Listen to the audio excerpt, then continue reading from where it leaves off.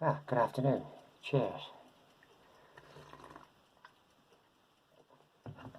Hope you are enjoying the nice weather. It's seriously hot here. In my living room here, it's just over 74 degrees. It is hot. So I hope you are enjoying the nice weather. Anybody seen the Northern Lights? Let me know if you've seen the Northern Lights.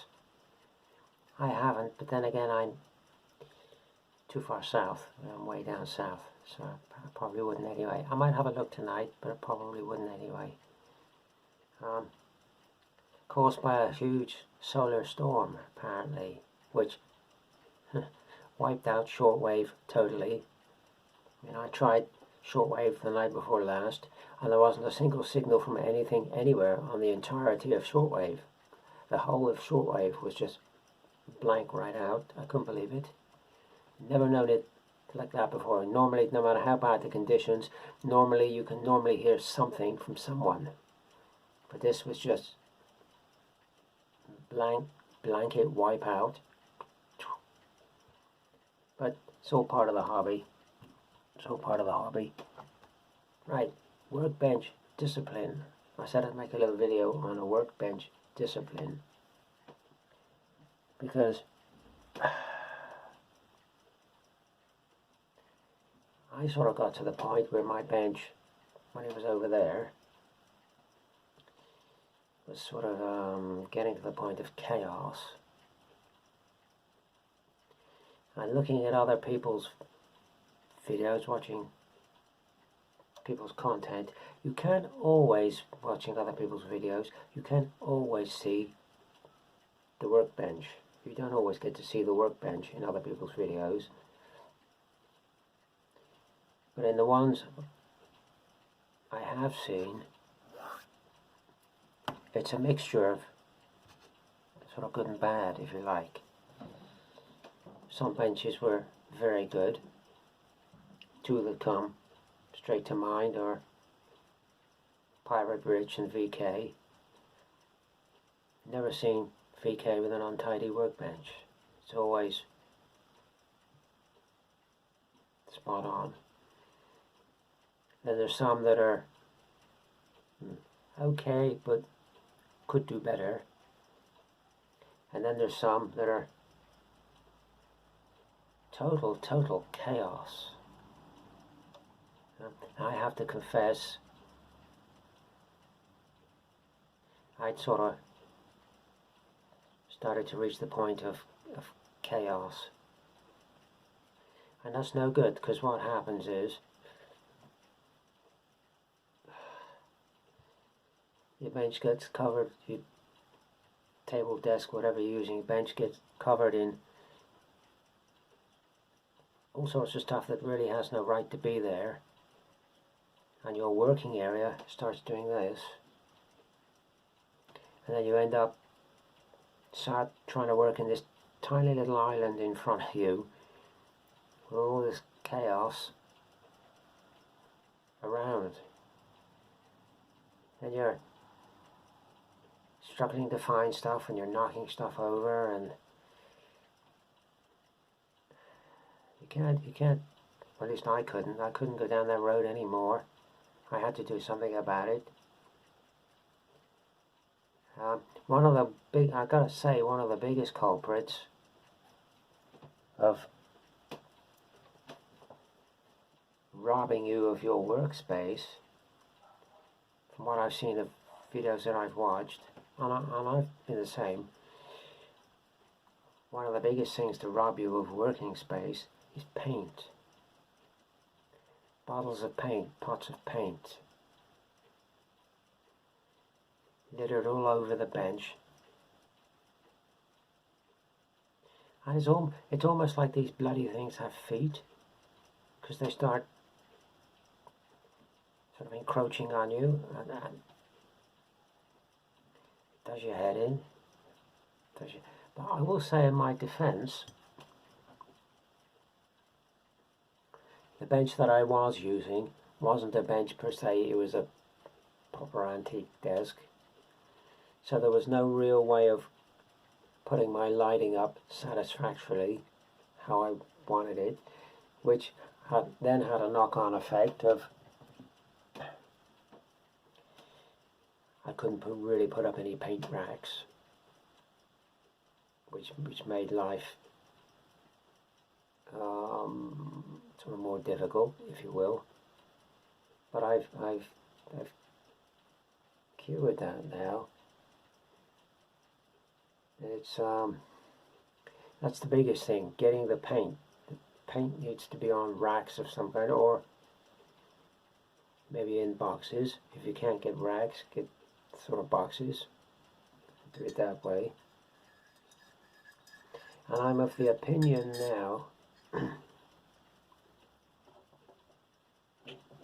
the only thing that should be allowed on the bench at any one time is the work in progress and the tools you need for that particular job. If it's on the bench and you're not using it, or you don't need it for the job that you're doing, be that painting, putting something together or whatever, then it may be stuff that you use in your modeling projects, but if you're not using it at the given time, then it has no right on your bench. So get rid of it, put it away. Shouldn't be on your bench. It's just taking up space and getting in the way. So get rid of it. And I find it's certainly good for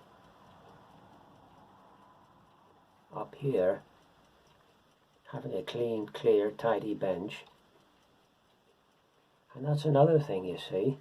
You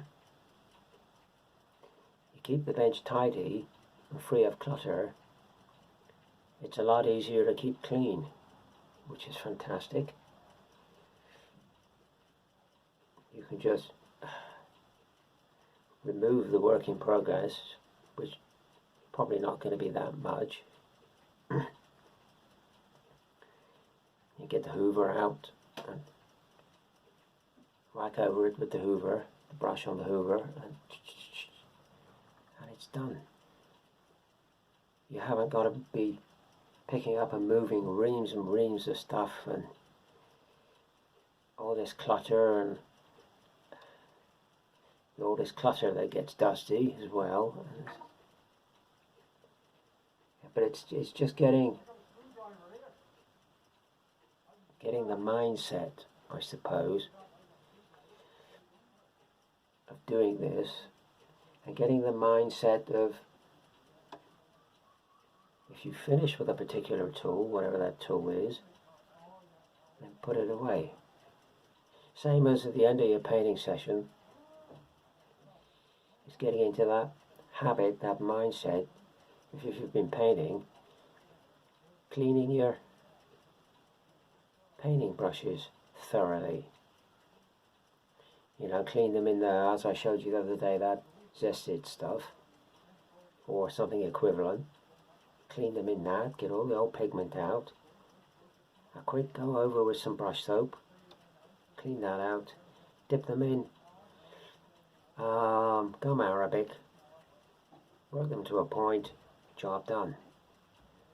You know, good brushes are expensive, or in fact any brushes are expensive now, so, or most brushes anyway are expensive, so look after them, they'll repay you. It's just getting into that habit of doing it, discipline, getting into that habit. I certainly feel a lot better for it, for doing this. I got a new illuminated magnifier as well. I don't know if I can show you it in this part of the video. Let's have a look, see if I can bring it down here a minute. Oh yeah, there you go, look. This one has LEDs in it. Let's turn this on. There you go, and it has 3 light settings, as you can see, and it has variable sort of intensity of light, if you like, so I can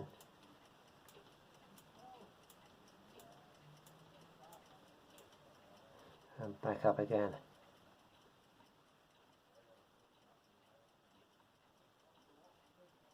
There you go. Turn that off. Because my old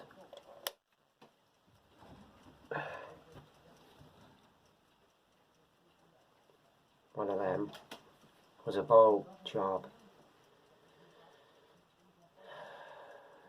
and it's getting almost nigh on impossible now to get the bulbs. Not only that, it developed a crack in the back of it. The bulb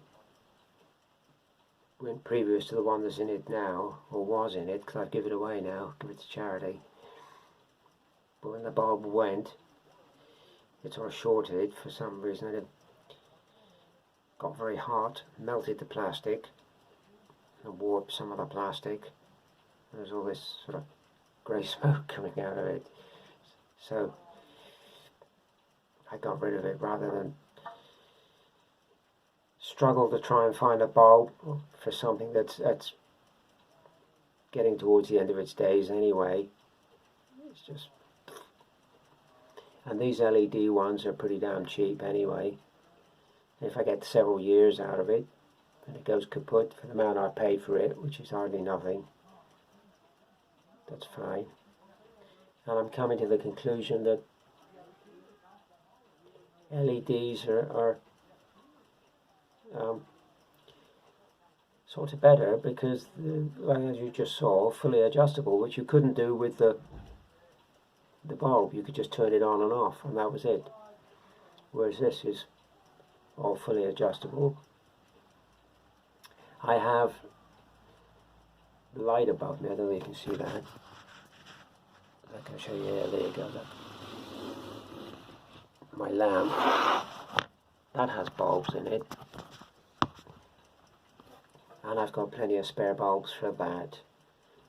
But I also have the LED version of one of them, so if that ever goes kaput or whatever, I do have an LED one here, which is about half the size of that, and it's the same as the magnifier. It's all fully adjustable. So I'm coming to the conclusion there's some certain advantages with LEDs, and I don't think they get particularly hot either, like bulbs. So that's that. But anyway, yeah, getting back to the discipline thing, it's just getting in that mindset, you know, putting things away. If you're not going to use it, put it away. Me, as you'll see in a minute, my working tools are now in a, I would call it a workstation, a work sort of trolley, if you like. So I'll turn the camera around. I'll finish my coffee a minute, and I'll turn the camera around, and we'll have a look at my workbench. And I wish I had a piece of footage of my bench as it was. I don't think there's anything within my videos that shows how sort of chaotic it had gotten, but it had gotten very chaotic, and you can't work properly like that. You can't work properly like that. And also, all this clutter about, it gets dusty, and that's not good a working environment, because you get bits of dust in your wet palette and so forth. So let's finish my coffee a minute. We'll turn the bench round, and I'll show you that little work trolley as well. And in the next video, I'll tell you in the next video, we'll do the motorbikes and the dispatch riders, because they're finished. So I'll do it after I've done this discipline thing. We'll have a look at the finished motorcycles. So let me turn the camera around a minute. Right, there you go. Now you can see my workbench. Paints on the rack where they should be, tidy, any colour I want, I can get it, no problem. Lighting overhead, sorted properly. my magnifier here ready to go. The only thing that's put that away. The only thing that's on my bench is what should be on my bench, and that's works in progress. British infantry for the Zulus. Those 135 civilians which need name tags putting on them. And also this Hanamag which I'm working on. Airfix Hanamag. And my clock there, look. Outside of that we have a clear, tidy workbench. Underneath the workbench, we go underneath the workbench because this workbench came with a shelf underneath it. We'll have a look underneath. Airbrushes, box of brand new brushes, bases,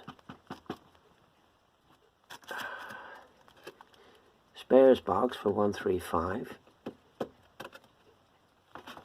some boxes here for sort of works in progress.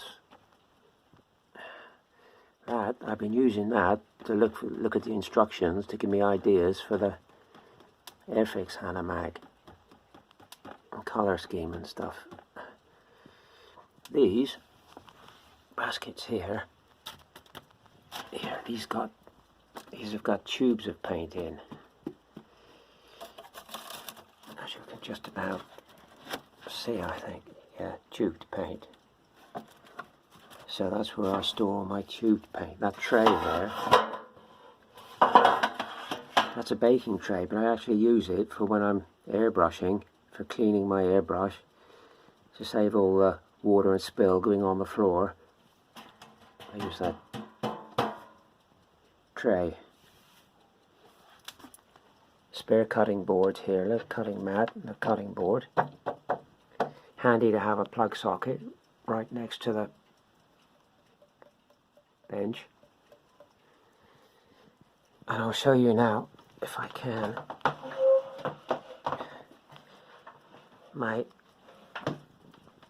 little workstation. Let's get back a bit so you can see it properly. Yeah, my little work trolley. So all my working tools are kept in this trolley. Some more paint here, look. Oh, here's the brushes for the giveaway. Look, they came.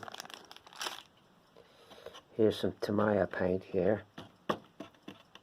All the sort of bottled stuff. Surface primer. Polyurethane matte varnish. I can tell you that's not matte varnish. That came out as semi-gloss. That comes out as semi-gloss. I use it to spray the bikes, and it came out as semi-gloss. So don't believe that. And then you've got stuff. Oh, let me get my chair. Stuff in the drawers. Glues and fillers. Putties and stuff. Variety of tools, nips and cutters in there. Sprue cutters and stuff, and drills. Scissors, tweezers.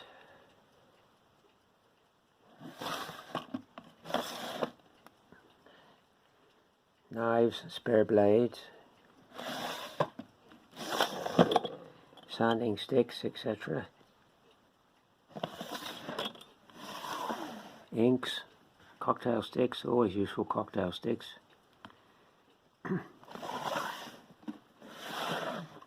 Wires and tapes, cotton buds,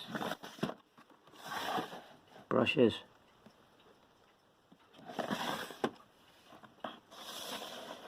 more brushes. These brushes I actually went through the other day and cleaned them all from top to bottom and sorted them into their sizes. I don't know what size these are. They're number 2 brushes, look. So they're all sorted. I'll do them the same when I have 5 minutes. I'll go through them with the Zest-It and the brush soap.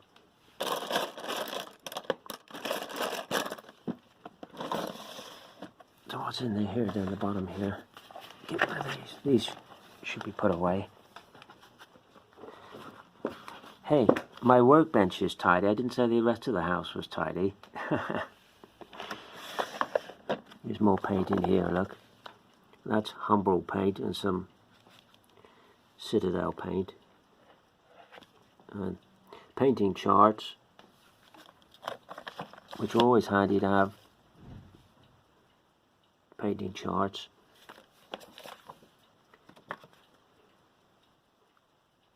They're always well useful. And then you've got larger stuff in the 5 drawers this side. Wet palettes. What's that? Oh, flock. Corks. More wet palette stuff and flock. Tube for air hose for the compressor.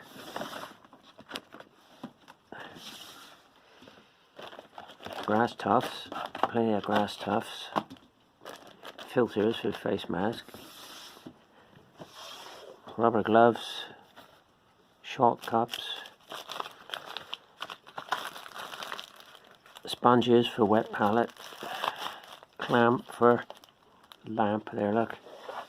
The only thing I did find, tell you one thing I did find with this trolley. It's a lovely trolley, it's on wheels, so I can move it around. The only thing I found with it was, I'll show you what I found with it. Let me move this chair a second. Right, let me get down here a minute. I'll show you what I found with it. Let's take this tray of brushes out, get my thumb out of the way. There we go. Now you see the runners here for the trays. They had a considerable sort of burr on them. And these trays being plastic, when you pulled the tray out, it caught on that burr, and it would take sort of shavings of plastic off the tray. So I had to go round the whole trolley and file these flush with a decent file, which I did, and it's no problem now, it's fine now. But that was something that I didn't expect, but it's no big deal to do it, and it's a lot better now. And it's any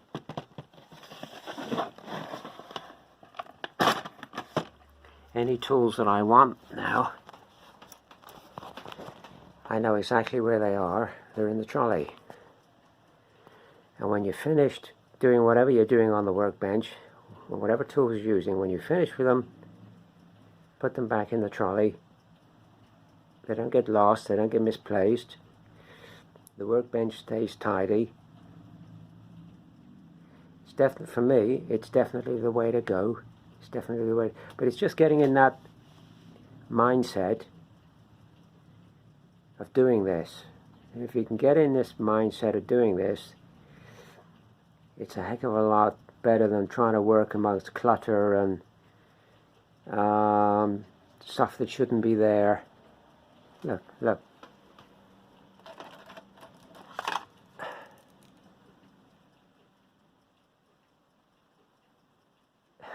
Kids' bubbles, yeah.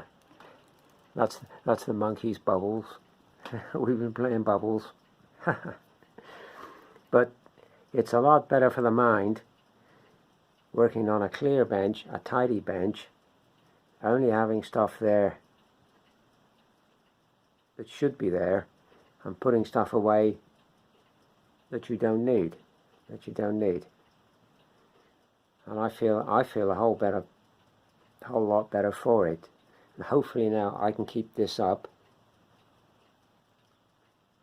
and keep this method going.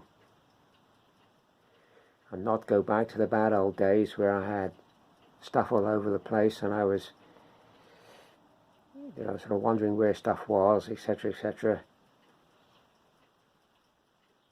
No, it's not the way to go for me. It's not the way to go. But there you are. That's my thoughts on workbench discipline. And it's just getting into the habit. That's all it is, really. Getting into a habit, putting stuff away, cleaning brushes thoroughly when you finish, not allowing your bench to get junked up and full of this and full of that. And as you see my bench now, it wouldn't take no time at all to take the few bits off that and hoover it and put them back. That's